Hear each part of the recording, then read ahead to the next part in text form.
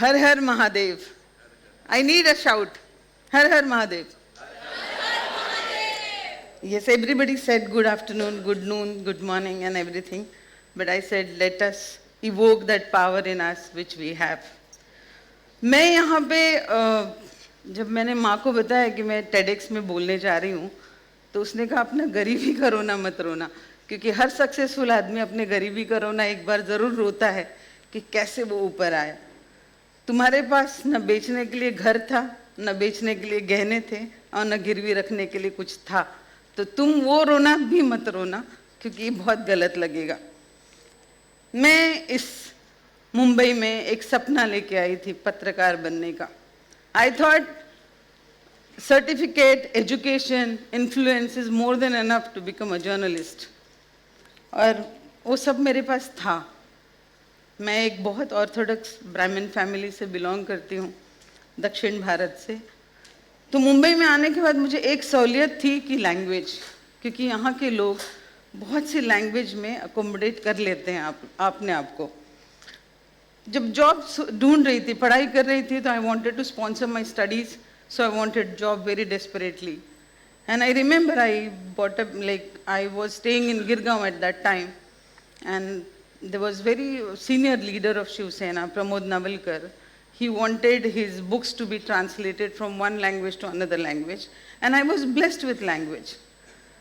So that's how my journey started as a translator into this Mumbai city. फिर मैंने अखबार में translation शुरू किए, हिंदी न्यूज़ को इंग्लिश बना के देना, इंग्लिश न्यूज़ को हिंदी बना के देना.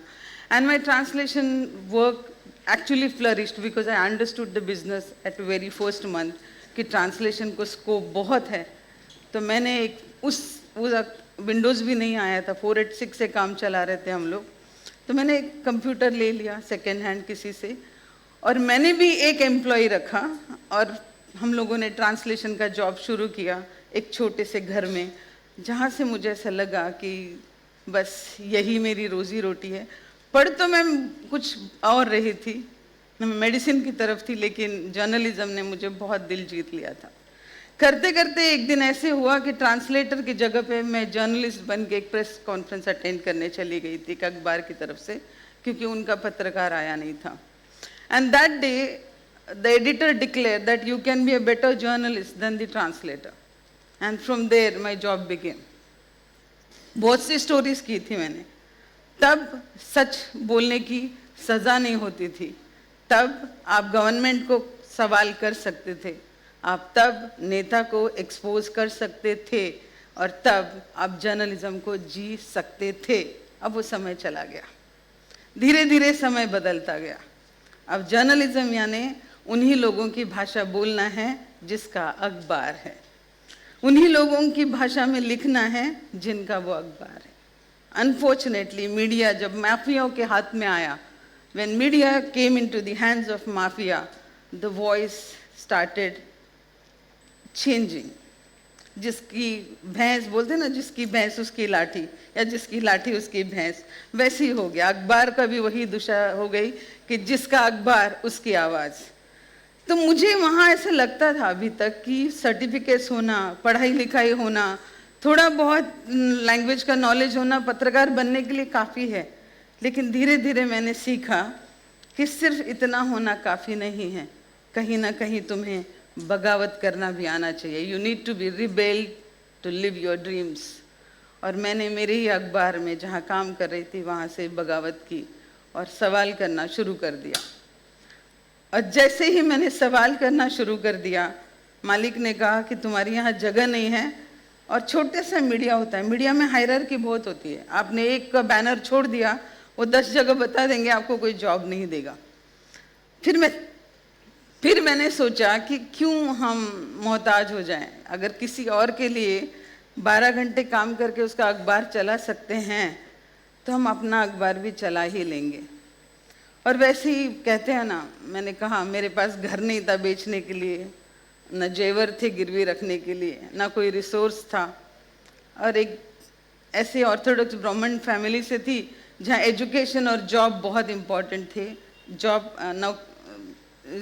बिजनेस के लिए रिस्क लेना बिल्कुल ही एडवाइजेबल नहीं था. तो मैंने सोचा कि कुछ लोगों को अप्रोच करूं जो मेरे वेल विशर थे जब मैं पत्रकारिता में थी।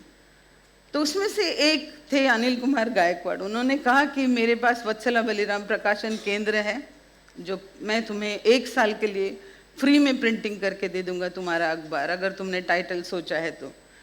हेल्प मिली मुझे सबसे, दोस्तों से, पुराने लोग जो जर्नलिज्म थे, किसी ने पुराना लैपटॉप दे दिया। मेरे पास मेरा 486 थोड़ा अपग्रेडेड होके विंडोज़ भी आ गया था, तो एक कंप्यूटर तो था कहने के लिए। बस हौसले की तो बिल्कुल ही कमी नहीं थी, ओवरलोडेड हौसला था। बस चाहिए था काम करने के लिए अखबार में लोग, क्योंकि अभी तक डेस्क पे बैठ के अखबार में न्यूज़ छापना आता था, लेकिन अखबार चलाना पता नहीं था। तो पुराने एक्सपीरियंस लोगों को पकड़ा, उनकी हेल्प से पहले तो मैंने टाइटल रजिस्टर किया, क्योंकि जिस अखबार में मैं काम करती थी उसका नाम भी इसी अखबार से, मेरे टाइटल से ही जुड़ा हुआ था। तो मैंने सोचा था उसका नाम मैं आफ्टरनून वॉइस रखूं। वॉइस यानी to give a voice to everyone, those who wants to speak. Nowadays what we have everything, but we don't have voice. You go a little here and there, putting your expressions in the name of freedom of speech, you come under the scanner. So calculative speaking and journalism doesn't go well with each other. So here comes the twisting point. I started my newspaper with all the dropouts from the school. They were good at language, good at reporting. और आपको एक बात का यकीन करना पड़ेगा, सबसे अच्छी रिपोर्टर अगर कोई आप रोज देखते हो तो बताइए कौन? बहुत बढ़िया रिपोर्टर जो रोज आपके घर आती है, बहुत अच्छी जर्नलिस्ट, वो थी हमारी काम वाली बाई। हर घर में क्या होता था, किसकी बहू ने क्या कंप्लेंट की, किसकी सास कहाँ है, 7वें माले वाले ने क्या लिया, 8वें माले वाले ने क्या किया, एग्जैक्ट नरेशन होता था। और जर्नलिज्म का एक बेहतर उदाहरण इससे ज़्यादा हो ही नहीं सकता है। तो मैंने भी ऐसे ही कुछ बच्चे जमा किए थे जिनको हौसले तो थे, लेकिन आगे पीछे बैकग्राउंड नहीं था। और वहाँ से शुरू हुआ मेरा अखबार आफ्टरनून वॉइस। और जिस अखबार में मैं काम कर रही थी वो कहाँ डिस्पैच हो गया मुझे पता नहीं, लेकिन मार्केट में मैंने अपना नाम बना लिया। अब जब अखबार की कहानी शुरू हुई तो बहुत से लोगों ने कहा कि newspaper is not a prerogative of common man, you need money every day. सच में रोज़ का पैसा लगता है पेपर छापने के लिए। फिर किसी एक महानुभाव ने एडवाइस किया कि आप एक अवार्ड इवेंट रखो। पिछले 20 साल से हम लोग न्यूज़ मेकर्स अचीवर्स अवार्ड एक इवेंट करते हैं। तो इवेंट में जो पैसा आएगा आप अखबार में डाल सकते हो और साल भर अखबार निकल जाएगा और फिर इवेंट करना। अब पहला ही इवेंट मैंने शुरू किया था न्यूज़ मेकर्स अचीवर्स अवार्ड। अखबार को पढ़ने वाले बहुत लोग थे और मेरी लेखनी बहुत से लोगों को पसंद इसलिए आती थी क्योंकि मैं निष्पक्ष लिखती थी। जब मैंने निष्पक्ष लिखना शुरू किया तब मैंने एक सवाल अपने आप से भी पूछा था, क्या न्यूट्रलिटी तुम्हारी आइडेंटिटी खो देती है? ये बात सच है, आप किसी की साइड अगर नहीं लोगे आपकी साइड कोई नहीं लेता। तो न्यूज़पेपर में हमारे साथ यही हुआ, हमने किसी की साइड नहीं ली, ना किसी से दोस्ती ना काहू से बैर। जो सच है वो लिखा और जो गलत है वो छापा। छोटा सा अखबार है, 20-20 स्टाफ नहीं है, लेकिन 20-20 करोड़ के डिफेमेशन है। कभी कभी मैं कहती हूँ कि हम माफ़ी मांग लेंगे, आप 20 करोड़ दे दो, हम 20 पेपर और चला लेते हैं, लेकिन वो जोक्स अपार्ट। सच बोलने की बहुत बड़ी कीमत होती है, आपको कोई पूछता ही नहीं है। या सच बोलने की बहुत बड़ी कीमत ये भी होती है कि आपको साइड लाइन किया जाता है।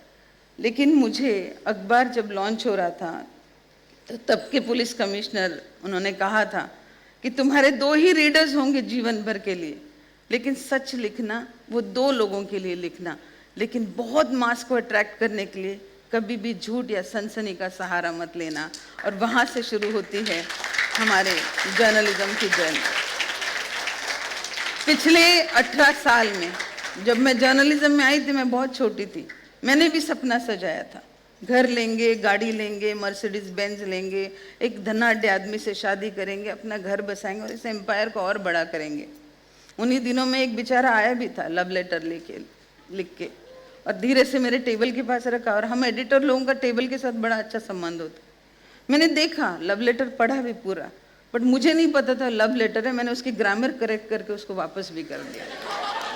आज वो 2 बच्चों का बाप है, और वो मुझे कहता कि तब अगर तुम मेरा ग्रामर करेक्ट नहीं करती तो शायद तुम मेरी भावनाओं को समझ सकती। बस इतने ही हम लोग बैल होते हैं जब कंप्यूटर पे बैठे रहते हैं। ऐसे करते करते मैंने उस अखबार में देखा कि अब इस कंपटीशन की दुनिया में हमें नहीं जीना है, तो मैंने एक अलग रास्ता अपनाया, और वो अलग रास्ता अपनाते वक्त बहुत से जर्नलिस्ट को मैंने मेंटोर करना शुरू किया, उन्हें जर्नलिज्म में करना क्या चाहिए, कैसे लिखना चाहिए। जर्नलिज्म ह्यूज है, टैबलॉइड है, स्प्रेडशीट है, मेन स्ट्रीम है, तो जर्नलिज्म के आयाम भी बहुत ज़्यादा है। लेकिन ये बच्चे जब मास कम्युनिकेशन करके आते हैं, इनको यही नहीं पता होता है कि what kind of journalism they want to pursue, because nobody asked them. Everybody thinks कि हाथ में माइक और एक पेन ले लिया, 2 प्रेस कॉन्फ्रेंसेस अटेंड किया, 2 किसी सेलिब्रिटी के पीछे दौड़े तो जर्नलिज्म पूरा हो गया। वो अंधी रेस है। आप देखते होंगे आजकल कोई बीएमसी में आपने देखा होगा, कोई घर तोड़ा जा रहा था तो बेचारा कुरियर वाला बाजू से जा रहा था, तो रिपोर्टर उसको पकड़ के बोलता है आप पहले जवाब दो, घर क्यों टूट रहा है। वो कहते हैं मैडम मैं कुरियर वाला हूँ, मैं भी आपकी तरह देख रहा हूँ। सो ये जर्नलिज्म के आज हाल हो गए, क्योंकि स्टडीज नहीं है, किसको क्या सवाल पूछने हैं, कहाँ पे क्या बोलना है, कहाँ पे क्या लिखा जाना चाहिए और कितनी सच्चाई से लिखा जाना चाहिए। तो हम लोगों ने एक दूसरा रूट पकड़ा, हमने हमारे अखबार को एक ट्रेनिंग सेंटर बनाया। आप में से भी कोई अगर जर्नलिज्म करना चाहता है तो ज़रूर आना, मैं आपको हर एंगल से ट्रेन करूँगी उसमें। और वहाँ पे आज इतने सालों में मैंने 100 जर्नलिस्ट तैयार किए, बहुत अच्छे, और बहुत गर्व के साथ कहती हूँ, चाहे रिपब्लिक टीवी हो, चाहे डेक्कन क्रॉनिकल हो, चाहे टाइम्स ऑफ इंडिया हो, मेरे ट्रेन किए हुए रिपोर्टर्स सब तरफ है आज। और ऐसे ही फिर न्यूज़ मेकर्स अचीवर्स अवार्ड, मैंने आपको कहा था, पहला ही अवार्ड इवेंट किया था तो तारे ज़मीन पर इतने सारे लोग आए थे, तब के सीएम, डिप्टी सीएम, सब कुछ आए थे, और मुझे ही यकीन नहीं हुआ कि क्या हम ये कर सकते हैं। और फिर मेरे अंदर ने एक जवाब दिया, अगर तुम चाहो तो बहुत कुछ कर सकती हो। दूसरा ही अवार्ड इवेंट था, हमने बाला साहब ठाकरे जी को अप्रोच किया था, महाराष्ट्र उनका, साहब को कौन अवार्ड देगा और किसकी हिम्मत, और वो जाते भी नहीं थे, उन्होंने कभी अपने जीवन में अवार्ड लिया नहीं था। और हमने उनको अप्रोच किया तो वो अवार्ड लेने भी आए, और उस अवार्ड इवेंट में शाम को उन्होंने एक बहुत प्यारी सी बात कही थी कि ये अलग है इसलिए मैं ये अवार्ड लेने आया हूँ। और मुझे ऐसा लगा कि मुझे दुनिया में अगर कोई अवार्ड दे सकता था तो यही अवार्ड दे सकते थे। उसके बाद लता मंगेशकर हो, आशा भोसले हो, पंडित बिरजू महाराज हो, बाबा साहेब पुरंदरे हो, लिस्ट बहुत लंबी है और बहुत से लोग ये अवार्ड ले चुके हैं। इस साल तो मुझे ये सवाल है कि हम अवार्ड दे तो किसे दे, क्योंकि सभी ने लिए हैं, चाहे वो देवेंद्र फडणवीस हो, चाहे अमृता फडणवीस हो, चाहे शरद पवार हो, ऐसे कोई नहीं है जिन्होंने ये अवार्ड लिया नहीं है। और वो एक ब्रांडिंग हो गई। और इसकी भी एक कहानी है। 2013 में मैंने 2 स्पॉन्सर्स को अवार्ड देने के लिए बिठाया था। आप देखते होंगे जो भी स्पॉन्सर करता है उसकी थोड़ी बहुत दादागिरी चल ही जाती है, और हमको सुनना भी पड़ता है, क्योंकि हम कभी कभी उनके फंड के मोहताज भी होते हैं। एक तरफ बड़ी लिस्ट थी, बहुत अच्छे अच्छे लोग थे, डिग्निटरीज थे, और एक तरफ ये 2 लोग बैठे हुए थे, और उनकी एक ही इच्छा थी कि जो सीएम अवार्ड देने के लिए आ रहे हैं उनके साथ 2 फोटो खिंचवा दी जाए। तो हमने सोचा था इसके बदले में स्पॉन्सरशिप कोई बुरी बात नहीं है। वहीं पे एक बीजेपी के बहुत वरिष्ठ नेता और मेरे बहुत कहते हैं ना, मेरे जर्नी में उन्होंने मुझे बहुत मॉरली स्ट्रांग रखा, बैठे थे। उन्होंने कहा ये 2 कौन हैं? तो मैंने कहा ये अवार्ड लेने वाले हैं। उन्होंने कहा इतनी बड़ी जो लिस्ट है, ये इतनी सुंदर है, तो ये 2 क्यों आए, तुम्हें पता है इनके बारे में? मैंने कहा नहीं। कहते इनके बहुत विवाद चल रहे ज़मीनों के, गरीबों के ज़मीन लिए इन्होंने। तो मैंने कहा बट ये मेरे स्पॉन्सर है। बहुत प्यारी बात उन्होंने मुझे कहा कि जिस दिन अवार्ड देने के लिए तुम पैसे लोगे और जिस दिन अवार्ड लेने के लिए तुम्हें कोई पैसा देता है, तो उस दिन ये बिकाऊ बिजनेस हो गया, अप्रिसिएशन कहीं नहीं रहा।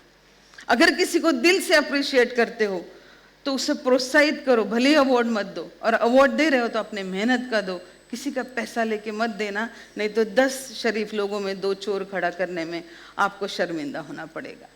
वो दिन है और आज का दिन है। हम अवार्ड इवेंट बहुत शिद्दत से करते हैं, बहुत बड़े बड़े लोग आते हैं, लेकिन जैसे आप दिवाली दशहरा के लिए थोड़ा थोड़ा पैसा निकाल के रखते हैं, वैसे हम अवार्ड्स के लिए रखते हैं। थोड़े थोड़े पर्क्स हर महीने निकाल के रखते हैं, ताकि 1 में न्यूज़ मेकर्स अचीवर्स अवार्ड एकदम धूमधाम से हो।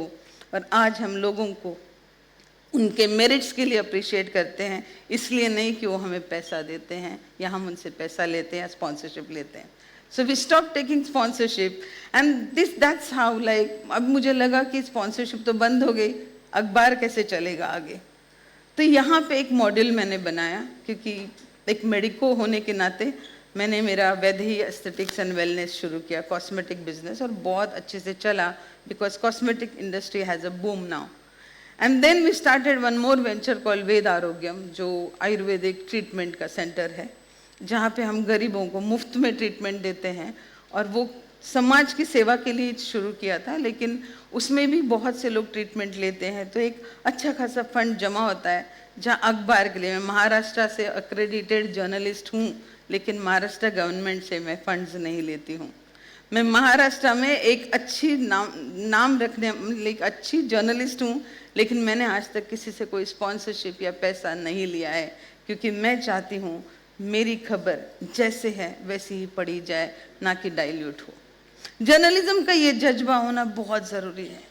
बहुत कुछ कर लिया जीवन में, बहुत सारे बच्चे मेंटोर किए, बहुत सारे लोगों को क्लिनिक में ट्रेनिंग दी, वेदारोग्यम में बहुत से सारे लोगों को, बहुत से हाउसवाइफ्स को और लड़कियों को हम लोगों ने एम्पावर किया और उनको आज उनके पैर पे खड़ा किया है। उसके बाद आता है एक जीवन का ऐसा फेज जहाँ पे मुझे ऐसा लगा, सब लोग कहते हैं कि चलते जाओ, रुको मत, चलते जाओ, चरेती चरे बेती, है ना। लेकिन मैंने कहा ना, मैं रिबेल हूँ जीवन से, शायद जन्म से। मैंने कहा हर इंसान को पता होना चाहिए ठहरना कहाँ है। ज़रूरी नहीं तुम एकदम बुढ़े हो जाओ और हाथ एकदम कांपने ही लग जाए और तभी रुक जाओ। जब सबको ज़रूरत हो तब रुक जाओ। और मैंने सारा बिजनेस का जो दारोमदार था, मेरी जो नेक्स्ट जनरेशन तैयार हो रही है, यहाँ पे अक्षय भी बैठा है, वन ऑफ द डायरेक्टर, तो उनको सौंप दी मैंने बागडोर। और मैं उनको सिर्फ मार्गदर्शी मंडल देखते रहती हूँ कैसे करते हैं। अब once a journalist always a journalist, तो जर्नलिज्म का कीड़ा तो रहता ही है, वो खत्म नहीं होता। तो मैं संपादकीय लिख देती हूँ, मैं editorial I write myself, and then I expanded myself into writing books, and I have authored 12 beautiful books on geopolitics which are doing very well and some of them are in best selling right now. तो मेरी जो लिखने की अर्ज है, मेरी जो express करने की जो अर्ज है, वो मेरी किताब लिख के ही पूरी हो जाती है। और इसी तरह फिर समाज को भी देना होता है। हम सब अपनी सोचते हैं, कितने गाड़ियाँ बनाई, कितने बंगले बनाए, कितना चल के आए, कितने कंट्रीज देखी। मैंने सोचा कि जहाँ हम बहुत बड़ी इकोनॉमी की बात कर रहे हैं, विश्वगुरु होने की बात कर रहे हैं, जहाँ फाइनेंसिस की बात कर रहे हैं, वहाँ एक तबका ऐसा भी है जिसको 2 टाइम खाने की रोटी नहीं है, और उधर हम ध्यान ही नहीं देते हैं। विश्वगुरु तभी बनेगा जब हर गरीब सेलिब्रेट करेगा। विश्व गुरु तब नहीं हम बनेंगे जब हम एक ऑडिटोरियम में बैठ के बड़ी बड़ी बातें करेंगे। तो हम लोगों ने बहुत से विलेजेस अडॉप्ट कर लिए। उसमें से सबसे पहले हमने अडॉप्ट किया था लातूर के पास धने गाँव, जहाँ पे पूरा बंजारा कम्युनिटी रहता है, और उन लोगों को एम्पावर करना शुरू किया। एक अलग ही कीड़ा फिर काट लिया समाज को सेवा करने की। कल्याण में एक बहुत सुंदर आश्रम और मंदिर बनाया, वहाँ पे हमने वेदशास्त्र रिसर्च फाउंडेशन की नींव रखी। मैंने कहा ना, ब्राह्मण हूँ तो वेद और उपनिषद से ज़्यादा दूर जा नहीं सकती। मेरी एक बहुत सुंदर किताब है जो आप लोगों को इजीली समझ में आए, इसलिए मैंने वेद और उपनिषदों को उसके अंदर लिखा हुआ है। और आज वेदशास्त्र रिसर्च फाउंडेशन में मैं यजुर्वेद सिखाती हूँ। और धीरे धीरे इसी तरह एक समय ऐसा आया कि मेरे पास सब कुछ था देने के लिए, और सब कुछ है आज भी देने के लिए, क्योंकि कहते हैं ना कि आपके पास विद्या है अगर, तो आप असीम दे सकते हो। विद्यादान महादानम कहा जाता है। और धीरे धीरे मेरे जीवन ने और एक मोड़ ले लिया, जहाँ पे मैंने अपने आप को कहा कि अब बाहर की जर्नी बहुत हो गई, थोड़ा सा अंदर भी चले जाते हैं और अपने आप को भी समझते हैं। क्योंकि हम पूरी दुनिया घूमते हैं, पूरी दुनिया स्ट्रगल करते हैं, पूरी जिंदगी स्वाहा कर देते हैं, अपने साथ 2 पल बिताने के लिए हमारे पास समय नहीं होता। मैंने कहा अब ये समय है, मुझे अपने साथ बिताना होगा। मैंने संन्यास लिया, और बहुत डिफ़िकल्ट डिसीजन घर वालों के लिए था, मेरे लिए नहीं। क्योंकि अगर आप कहो मैं डॉक्टर बनना चाहता हूँ, वो कहते हैं हम कर्जा लेके बनाएंगे आपको। आपको हम इंजीनियर बनना चाहते, वो कहेंगे अरे हम लोग कुछ भी करेंगे तुम बन जाओ। लेकिन अगर आप ऐसे तड़के तड़के उठो और बोल दो कि मुझे सन्यास लेना है, तो कहेंगे इस दिन के लिए पाला था तुझे, पूरे रोना शुरू हो जाएगा। हमारे यहाँ मठ मंदिरों में सन्यासी अच्छे लगते हैं, लेकिन हम घर में सन्यासी नहीं चाहते। लेकिन मेरे यहाँ पे वो भी स्वीकृति थी। आज मैं जो कुछ भी हूँ, मेरे घर में मुझे दी गई आज़ादी के कारण हूँ, और वो आज़ादी मुझे यहाँ तक ले आई, और यहाँ से मेरी एक नई जर्नी शुरू हो गई है। कल्याण में एक बहुत सुंदर मंदिर है मेरा, जिसका इस साल गिनीज वर्ल्ड रिकॉर्ड में नाम आने वाला है, क्योंकि स्फटिक शिवलिंग, लिंग भैरवी और धूना एक साथ एक वैदिक मैथमेटिक्स सेटअप में वो मंदिर बना हुआ है, जहाँ पे पिछले साल हमने 100 बच्चों के ड्रग्स छुड़ाए हैं। हार्डकोर ड्रग एडिक्ट्स बच्चे हैं, और 4 ही दिन में, ऐसे भी नहीं एडमिट किया, उनको दवाइयाँ दिया, पैरेलल मेडिसिन दिया, ऐसा कुछ नहीं है। कोई भी असाध्य रोग होगा, मैं एक मेडिको होने के नाते कह रही हूँ, अंधश्रद्धा की बात नहीं है, लेकिन आप आके निसर्ग से जुड़ के निसर्गोपचार कर लो, बहुत से बीमारियों को आप ठीक कर सकते हो। पत्रकारिता, लेखनी, कॉस्मेटिक सेंटर सब कुछ चलाने के बाद अब मैं उस गांव के उस छोटे से कस्बे में बसी हूँ, जहाँ पे मुझे लोग माई कहते हैं, और मैं सबकी माँ बनी हूँ, और वहाँ पे मैं सबको सेवा दे रही हूँ, और आप सब वहाँ पे आमंत्रित हैं, आ जाइए। जीवन की ये जो मेरी जर्नी है मेरे साथ अभी जो शुरू हुई है, ये मेरे जीवन का एक नया पड़ाव है, और इस नया पड़ाव में आप सब लोग आइए, कुछ ना कुछ सीख के ज़रूर जाओगे या सिखा के ज़रूर जाओ। नमस्कार, धन्यवाद। फिर से एक बार हर हर हर हर महादेव।